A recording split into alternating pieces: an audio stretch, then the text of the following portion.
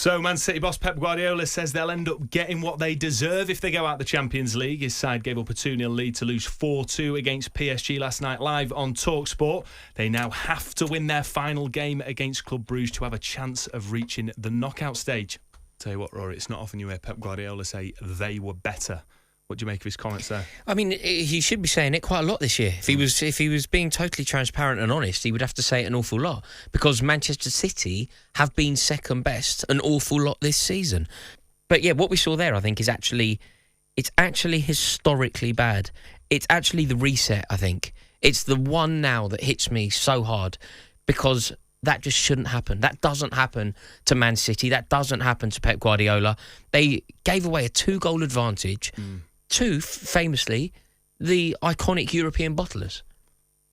I tell you what has been surprising to me is that it felt like the narrative completely shifted around City after they beat Ipswich 6-0. I was listening to talkSPORT yesterday, obviously the build-up, I was working, the build-up to the game last night, and the overwhelming feeling was City are over the crisis. In fact, Henry Winter, who is an esteemed journalist, I think he's absolutely fantastic, but he wrote a column on the talkSPORT website saying that City were never in a crisis in the first place. And this is after beating Ipswich, with the greatest respect to them. After beating Ipswich, that's not true. What I would say is, just, did you buy that narrative? Because for me, I was sort of really surprised that people were so readily able to say, City are over this. No. And last night, for me, is just retrospective proof that they are still suffering. Yeah, absolutely. I don't think it's controversial to say that they were in a crisis. If any team in the country were to lose 9 out of 11 games, that would be considered crisis-worthy. So I think, as much as similarly to you, I rate and enjoy the work of Henry Winter. I totally disagree with his point there. I think that they were in a crisis. I think that you could easily argue that they still are in a crisis. As impressive as that is, against Ipswich Town, I don't think that changes anything. But what surprised me about it was across the footballing political spectrum, everyone was buying it. I literally listened to Simon Jordan yesterday saying he's confident City were going to win the game, that they've come out the other side of it, and he fully expects them to qualify. Now they can still qualify, but the fact that people, I can't. It's just like, come on. I think what we've learned about Man City though is that they're always capable of doing something impressive. They're always capable of winning games of football. They're always capable of turning it on. But they are incredibly vulnerable this season. There is a quality to them that isn't particularly difficult to beat. There is an open vulnerability. There is a major issue in terms of the personnel. I think Guardiola has made significant mistakes. The defence looks all over the place. If you look at his tweaks, let's use the Paris Saint-Germain game as a case study, because I think this is where this is the nadir of it going terribly wrong. Like, if you think about all of the results over the season, what results spring to mind for being the worst that Manchester City have had? I think that you will talk about how they collapsed against Manchester United, the Brentford game, the Bournemouth game, a worthy Spurs, Tottenham, the 4-0 Tottenham game, Feyenoord I would put forward. I think the Feyenoord game was really shocking.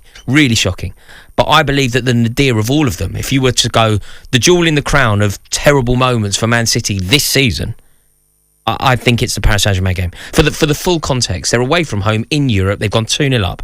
They're playing a team that are no longer the razzle-dazzle of Paris Saint-Germain of a bygone era.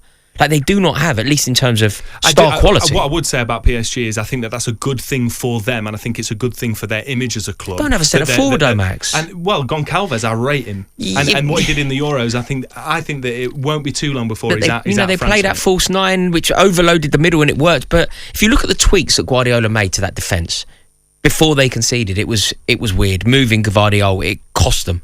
It was his errors. You mentioned defenders and you talk about vulnerability there. You might have heard this, but for our listeners, 4 times this season, City have let a 2-goal lead slip. It happened against Sporting, Feyenoord, Brentford, and then PSG. It's the 9th game where they've dropped points from winning positions.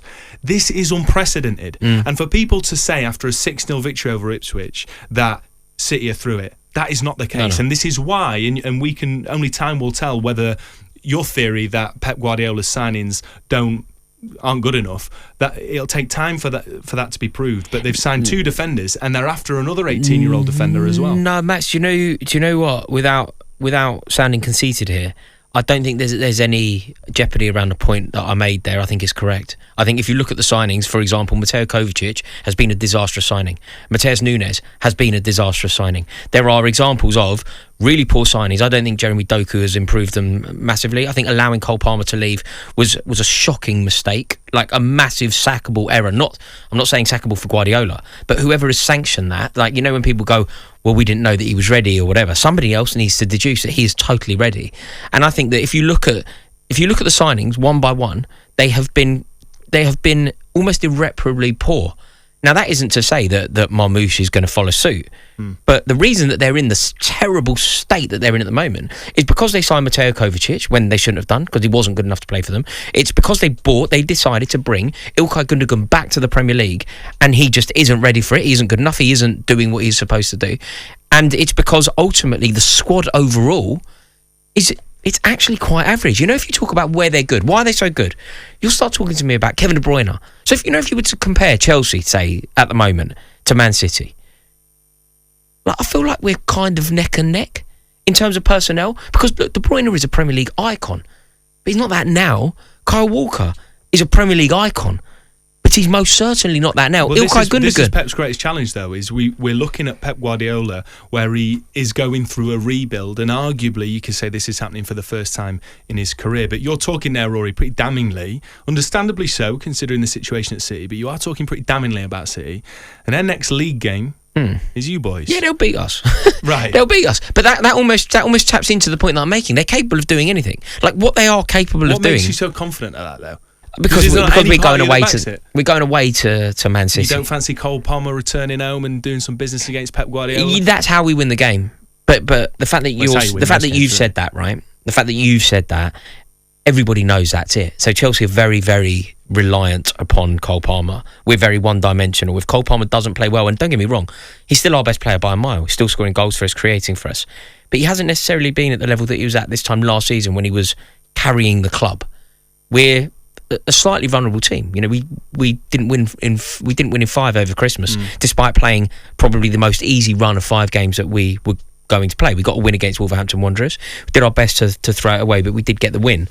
But going away to City, I feel like they are capable. But so are we. Look, there is a world where we could. I think you've been a bit bleak there, mate. But look, quick word on Arsenal. We've had a lot of talk about City, but it was a bit of a breeze for them. And I guess given the league is becoming so increasingly out of reach, and I know how you feel about Liverpool. I managed to convince you last week that Forest are in the title race, but I think we all believe that really this is Liverpool's to lose.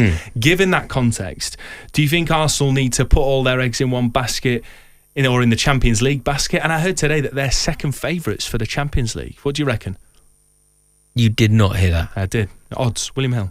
We'll chat to him. I mean, that's just ludicrous. That is ludicrous. A team with absolutely no European pedigree, a pitiful record in Europe, should not be anywhere near the top when discussing who is going to win the Champions League. What on earth are they basing that on? That's actually offensive.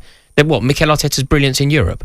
What Arsenal's brilliance? Last time Arsenal played in a European final, Maurizio Sarri beat them in Baku, slapped them 4-1. Sarri ball. Like, how on earth are they second? I mean, this is actually, it's a sad indicator, isn't it, about the wealth and the amount of money sloshing around the Premier League.